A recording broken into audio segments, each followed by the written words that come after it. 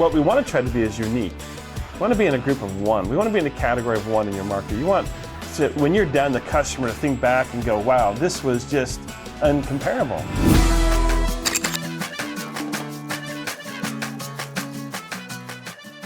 Welcome back to Cracking the Code, where we break down the biggest challenges facing contractors and give you real-world practical solutions you can use right away. We're joined again by Russ Horrocks. Russ, we want to continue our previous conversation and talk about the sales side. What kind of things are you seeing out there in the way of the current marketplace, and what contractors are having to do to stay relevant in today's really competitive market? Yeah, it's a great question. It's something I get asked every single day. As you know, I have 10 full-time clients that I'm visiting every quarter. I'm writing in homes every single week with them. And I think the biggest frustration is that our market's getting a little bit, our industry is getting a little bit crazy. We have a lot of people out there that are desperate to get customers business and doing desperate things. I've seen people offer lifetime labor warranties, most of them knowing they'll never have to honor them, offering same as cash for 10 years, offering free tune-ups, things like that. So, you know, the salesmen I work with wonder, how do we stay relevant? How do we frame value in a way that the customers are compelled to invest in us and not, you know, our competitors? So I think that's probably one of the biggest things I'm running into lately, I'm focusing on with my clients. And I think the simple answer is, you know, don't try to be different. If you're trying to be different than them, you're still of the same, you know. But what we want to try to be is unique. We want to be in a group of one. We want to be in a category of one in your market. You want to, when you're done, the customer to think back and go, wow, this was just uncomparable. Everyone else talked price, brand, and efficiency, and filling crews, and giving me this and giving me that. Russ talked about my comfort, my quality of life, my investment, my peace of mind. He measured, he calculated, he did things nobody else did. He went in the attic, he went in the crawl space, he used a true flow, he used a manometer, he took static pressure, he talked about building performance. There's just no comparison. Russ was the most expensive, but the only one I actually trust to do the work right. And in that, he's not more expensive, he's just more valuable. When you can get a customer thinking like that from the experience you provide, that's when you start to have a lot of fun. That's when it doesn't matter what kind of gimmick your competitor tries to pull off. It doesn't matter how they try to market some crazy idea to make the customers think they got a good deal. You could come in and do something that's just uncomparable. And that's where I find my clients are having the most success. And we're doing it in very, you know, big markets where we're surrounded by desperate companies, and they're winning at an incredibly high rate and having a lot of fun doing it. You know, it's interesting. Some things never change. So back in the 90s, when I was running Dad's business, we invested in blower doors. We started using manometers. We were using carbon monoxide testing and all the different things that high performance today contractors are using. And my dad was interviewed by the manufacturer of the blower door that we were using. And they asked him, say, so how would you describe this tool and the impact it's had on your business? He said, I'm a military guy. He said, this thing's like a bazooka. He said, I can blow away my competition with it, right? And the reality is exactly what you're saying is we differentiated ourselves not by words, we differentiated ourselves by action. And that trust equation that we're really trying to get to is what makes the huge difference. So you mentioned TrueFlow. We didn't have TrueFlow back then. We didn't even have cell phones back then. So what are some of the tools that you're seeing out there that folks are using that are winning the game? So the concept is to let people experience the information.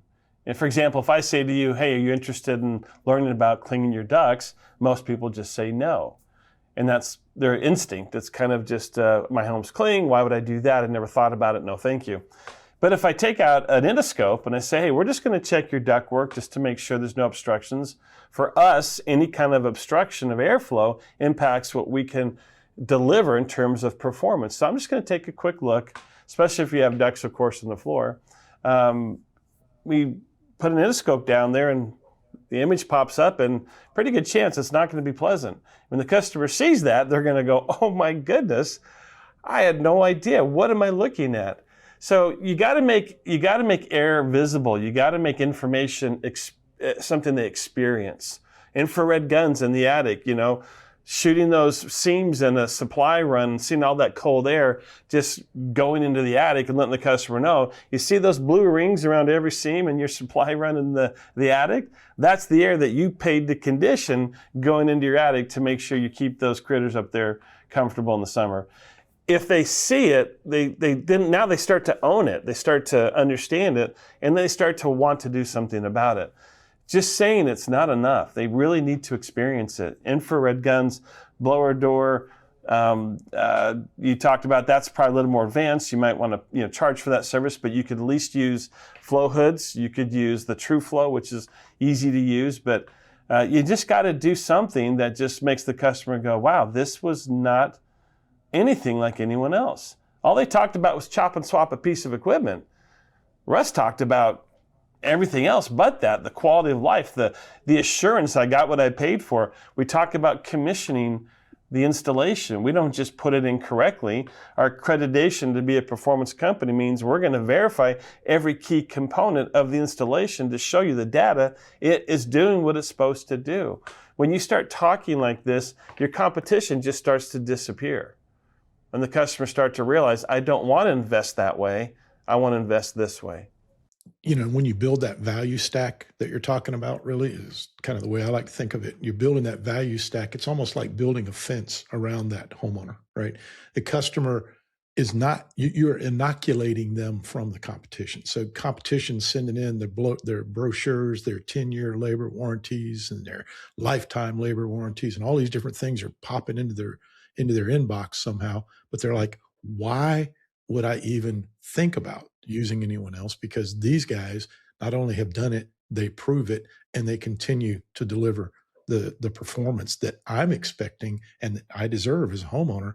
They're giving me what I need. Why would I go anywhere else? I love the fact that when you do it well, you're able to build a wall around the customer that insulates them from the outside world. So it doesn't matter what the rest of the world is saying to them. As far as their HVAC system is concerned, it's us that takes care of them. I love that. Yeah, it's the old Tommy Boy scene. He says, I could have some waste in a box and I could warranty it. It's still waste in a box. He said it doesn't make it more valuable because it has a warranty.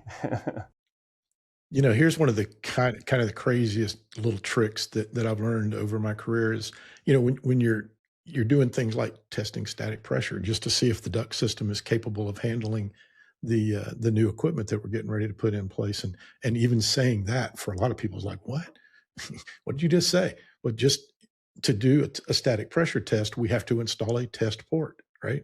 So I have to pop a little hole in something, and I need to put in the probe in. I need to do that. And then I need to seal it back up. And we used to use these little blue plastic buttons you could pop right in there and seal up those holes. And if I'm going in on a job where they said, well, I've already had 3 people come out and look at it, I'll say, and I'm looking around and I can't find any static pressure port anywhere. I said, I thought you said you had people over here. And they said, well, yeah, I've had 3 people over. And I pull some of the static pressure port covers out and I say, well, I don't see where anybody's tested your duct system. How do they know it's even going to work with your new equipment? Huh? You tie that in, it's like your doctor prescribed you medication, but they never did anything to diagnose what was wrong. He said, this is basic 101. A tech out of school would know to pull a static the very first thing you did when you walked in your home. I can't imagine a company suggesting a home comfort solution wouldn't at least do that. I'm not trying to speak poorly of my industry, but unfortunately, a lot of them are only worried about your money and putting a box in here and hoping to never see you again. That's not us. We want your business for life. We want to make sure that we give you an experience where we're your lifetime provider, and that's really, really important to us. So, yeah, it's not hard to be unique in this industry. In fact, that's part of what attracted me to the industry. I remember back in the 90s thinking, hey, I could do this for a living because the competition's so bad. It's kind of like taking candy from a baby. It actually attracted me to the industry, and it's, even though I think we're better overall today, there's still a lot of terrible companies out there that just do not train their people very well, and it gives us a huge advantage for those that want to do it right. So, yeah, so uniqueness, that's really the name of the game, is find that way to give them a unique experience that's uncomparable, and you're going to win a lot more. That is so cool. Well, Russ, man, this again, very, very powerful. We could do this like all day, and I know that you do it all day when you're in training classes.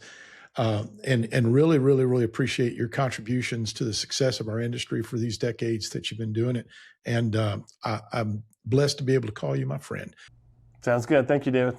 All right, you bet. Well, guys, listen, if you got value from today's episode, make sure you like it, subscribe it, and share it with someone in your organization or friends in the industry who's responsible for actually helping your team be better tomorrow than they are today. That's what Russ is all about, and that's what Contractor University is all about.